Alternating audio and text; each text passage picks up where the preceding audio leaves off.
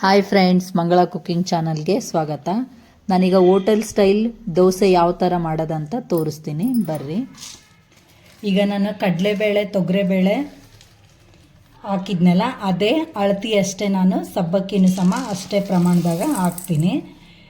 ಸಬ್ಬಕ್ಕಿ, ಕಡಲೆಬೇಳೆ, ತೊಗರಿಬೇಳೆ ಇವು ಮೂರು ಒಂದೇ ಪ್ರಮಾಣದಾಗಿರಲಿ. ಅಕ್ಕಿ 3 ಕಪ್ ಹಾಕೀನಿ. ನಾನು 1 ಕಪ್ಪಿಗೆ ಸ್ವಲ್ಪ ಕಡಿಮೆ ಅನ್ನಂಗೆ ಉದ್ದಿನಬೇಳೆ ಹಾಕೀನಿ. 1 ಸ್ಪೂನಷ್ಟು ನಾನು ಮೆಂತೆ ಹಾಕೀನಿ. ಇದಿಷ್ಟನ್ನು ನೀಟಾಗಿ ಒಂದು 3 ಸಲ ತೊಳೆದು ನೆನೆ ಇಟ್ಬಿಡಣ್ರಿ. ಒಂದು 6 ಗಂಟೆ ತನಕ ಚೆನ್ನಾಗಿ ನೆನಿಲಿ. ಇದು ನೆಂದ ಮೇಲೆ ನಾನು ರುಬ್ಬತ್ತು ತೋರಿಸ್ತೀನಿ ನೋಡ್ರಿ. ಈ ಥರ ಚೆನ್ನಾಗಿ ತೊಳೆದು ನೆನೆ ಹಾಕ್ಕೊಂಬಿಡ್ರಿ. ಆದಷ್ಟು ಸ್ವಲ್ಪ ದೊಡ್ಡ ಪಾತ್ರೆದಾಗ ನೀವು ನೆನೆ ಹಾಕ್ರಿ. ಈಗ ಯಾಕಂದ್ರೆ ನೆಂದ ಮೇಲೆ ಎಲ್ಲವೂ ಉಬ್ಬುತ್ತವ. ಪಾತ್ರೆ ಸಣ್ಣದಾದ್ರೆ ಚೆನ್ನಾಗಿ ನೆನೆಯಲ್ಲ. ಅದಕ್ಕಂತ ಸ್ವಲ್ಪ ದೊಡ್ಡ ಪಾತ್ರೆಗೆ ನೆನೆ ಹಾಕ್ಕೊಂಬಿಡ್ರಿ. ಈ ಥರ ನೆನೆ ಹಾಕಿ ನೀವು ಇಟ್ಕೊಳ್ರಿ. 6 ಗಂಟೆ ಆದಮೇಲೆ ನಾವು ಇದನ್ನು ರುಬ್ಕೊಳಂಬ್ರಿ.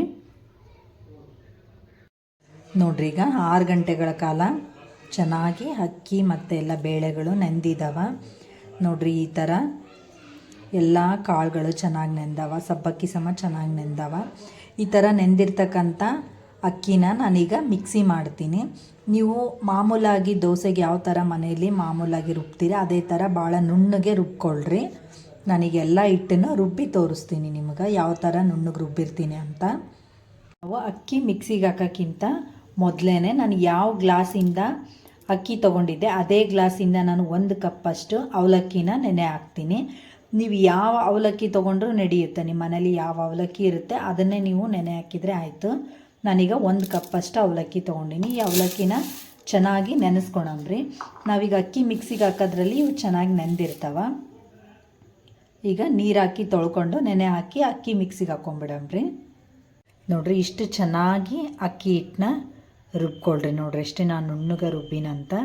ಇದೇ ಥರ ರುಬ್ಕೊಳ್ರಿ. ಇದರಲ್ಲೇ ನಾನೀಗ ಅವಲಕ್ಕಿನೂ ಹಾಕಿ ರುಬ್ಕೊಂಡಿನಿ. ಈಗ ಇದನ್ನು ಒಂದು ಪಾತ್ರೆಗೆ ತೆಗೆದಿಟ್ಕೊಳಂಬ್ರಿ.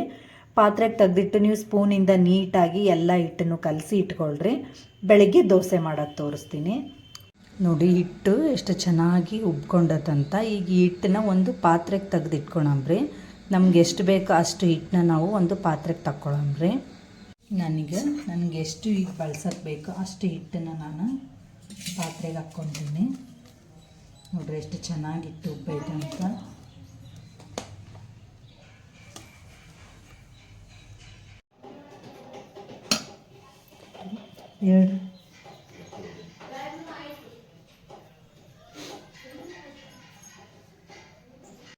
ನಾನೀಗ 1 ಸ್ಪೂನಷ್ಟು ಉಪ್ಪು ಹಾಕ್ತೀನಿ.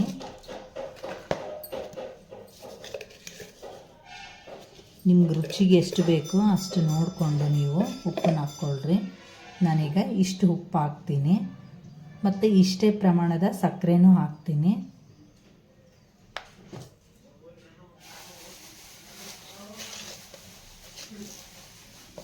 ನನಗೆ ಇಷ್ಟು ಸಕ್ಕರೆನೂ ಹಾಕ್ತೀನಿ. ಈಗ ಇವೆರಡನ್ನು ಚೆನ್ನಾಗಿ ಕಲಿಸ್ಕೊತೀನಿ.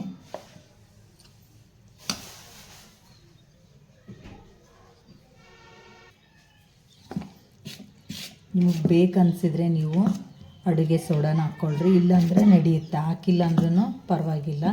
ಹಿಟ್ಟು ಗಟ್ಟಿ ಇದ್ದರೆ ಸ್ವಲ್ಪ ನೀರು ಹಾಕ್ಕೊಳ್ರಿ. ಇಲ್ಲ ನಿಮ್ಗೆ ಕರೆಕ್ಟಾಗಿತ್ತಂದರೆ ಅಷ್ಟಕ್ಕೆ ನೀವು ಹಾಕ್ಕೋಬೋದು. ಈಗ ನಾನು ಉಪ್ಪು ಸಕ್ಕರೆ ಹಾಕಿದ್ದೆ, ಅದಕ್ಕಂತಲೇ ನಿಮಗೆ ತೋರ್ಸೋಕ್ಕಾಗೆ ನಾನು ಸ್ಪೂನಲ್ಲಿ ತೋರಿಸಿದೆ. ನಾನು ಆಲ್ರೆಡಿ ಹಾಕಿದ್ದೆ, ಅದು ವಿಡಿಯೋ ಆಗಿಲ್ಲ. ಈಗ ಇದನ್ನು ದೋಸೆ ಹಾಕ್ಕೊಳ್ಳಂಬ್ರಿ. ನೀವು ನಾರ್ಮಲಾಗಿ ಮನೇಲಿ ಯಾವ ಥರ ದೋಸೆ ಮಾಡ್ತೀರಾ ಅದೇ ಥರನೇ ಮಾಡ್ಕೊಳ್ರಿ. ಈಗ ಗ್ಯಾಸ್ ಹಚ್ಚಿ ಹಂಚು ಕಾಯಕ್ಕಿಡ್ರಿ. ಈ ಹಂಚು ಚೆನ್ನಾಗಿ ಕಾಯಲಿ. ನಾವು ಮೊದಲಿಗೆ ಫಸ್ಟು ಒಂದು ದೋಸೆ ಹಾಕ್ಬೇಕಾದ್ರೆ ಫಸ್ಟಿಗೆ ಹಂಚಿಗೆ ಸ್ವಲ್ಪನೇ ಎಣ್ಣೆ ಹಚ್ಕೋಬೇಕು. ಈ ಥರ ನೀಟಾಗಿ ಎಲ್ಲ ಕಡೆನೂ ನೀವು ಎಣ್ಣೆನ ಚೆನ್ನಾಗಿ ಹಚ್ಕೊಳ್ರಿ. ಹಚ್ಕೊಂಡು ಆಮೇಲೆ ಸ್ವಲ್ಪ ನೀರನ್ನ ಸುಮಿಸ್ಕೊಳ್ರಿ ಈ ಥರ ಕೈಯಿಂದ. ಈಗ ಇನ್ನೂ ಸ್ವಲ್ಪ ಹಂಚು ಚೆನ್ನಾಗಿ ಕಾಯಬೇಕು.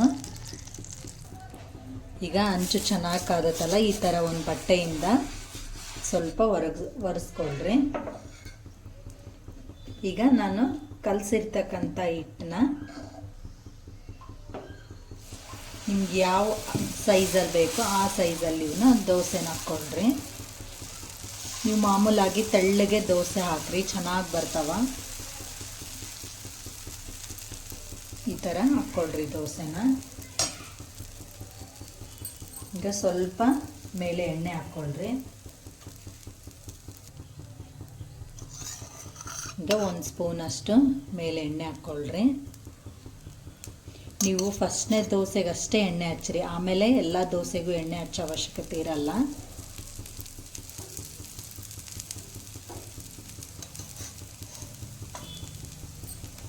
ಈಗ ನೋಡ್ರಿ ದೋಸೆ ಚೆನ್ನಾಗಿ ಬೆಂದತ್ತೆ. ಈಗ ಈ ದೋಸೆನ ತಕ್ಕೊಳ್ಳೋಣ್ರಿ ನಾವು. ನೋಡ್ರಿ ನೀವು ಸ್ಪೂನ್ ಇಡೋ ಅಂತ ಅವಶ್ಯಕತೆ ಇಲ್ಲ, ದೋಸೆ ತನ್ನಷ್ಟಕ್ಕೆ ತಾನೇ ಇದ್ದಿರ್ತಾವ. ನೋಡ್ರಿ ಎಷ್ಟು ಈಸಿಯಾಗಿ ದೋಸೆ ರೆಡಿ ಆಯ್ತಂತ. ನನಗೆ ನಿಮ್ಗೆ ಇನ್ನೊಂದು ಹಾಕಿ ತೋರಿಸ್ತೀನಿ. ಈ ಥರ ಒಂದು ಕಾಟನ್ ಬಟ್ಟೆಯಿಂದ ನೀರನ್ನ ಈ ಥರ ಹಂಚಿಗೆ ಹಚ್ಕೊಳ್ರಿ. ಹಿಟ್ಟು ತಗೊಂಡು ನಿಮ್ಗೆ ಯಾವ ಸೈಜ್ ಬೇಕು, ಎಷ್ಟು ತೆಳ್ಳಗೆ ಬೇಕೋ ಅಷ್ಟು ತೆಳ್ಳಗೆ ನೀವು ದೋಸೆ ಮಾಡಿಕೊಳ್ರಿ.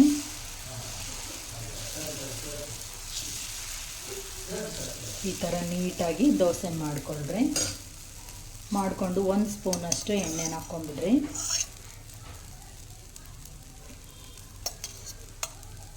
ಎಷ್ಟು ಚೆನ್ನಾಗಿ ದೋಸೆ ಆಗ್ತಾವೆ ನೋಡ್ರಿ. ದೋಸೆ ಕಲರ್ ಅಷ್ಟೇ ಚೆನ್ನಾಗಾಗಿರ್ತಾವ. ನೀವು ಈಸಿಯಾಗಿ ದೋಸೆಗೆ ನೀವು ಸ್ಪೂನಿಂದ ಪೂರ್ತಿಯಾಗಿ ದೋಸೆ ತೆಗಿಯೋ ಅವಶ್ಯಕತೆ ಇಲ್ಲ. ಒಂದೇ ಕಡೆ ನೀವು ಸ್ವಲ್ಪ ದೋಸೆ ಎಬ್ಬಿಸ್ಕೊಂಡ್ರೆ ಸಾಕು, ತನ್ನಷ್ಟಕ್ಕೆ ತಾನೇ ದೋಸೆ ಎದ್ಬಿಡ್ತಾವ. ಎಷ್ಟು ಚೆನ್ನಾಗಿ ದೋಸೆ ಬೆನಾಗತ್ತಾವ ನೋಡ್ರಿ. ಈಗ ಸ್ವಲ್ಪನೇ ಈ ಥರ ನೀವು ಚಾಕುಯಿಂದ ಈ ಥರ ಸ್ವಲ್ಪ ಎಬ್ಬಿಸ್ಕೊಂಡ್ಬಿಟ್ರೆ ದೋಸೆ ಪೂರ್ತಿ ತಾವೇ ನೀಟಾಗಿ ಬಂದ್ಬಿಡ್ತಾವ.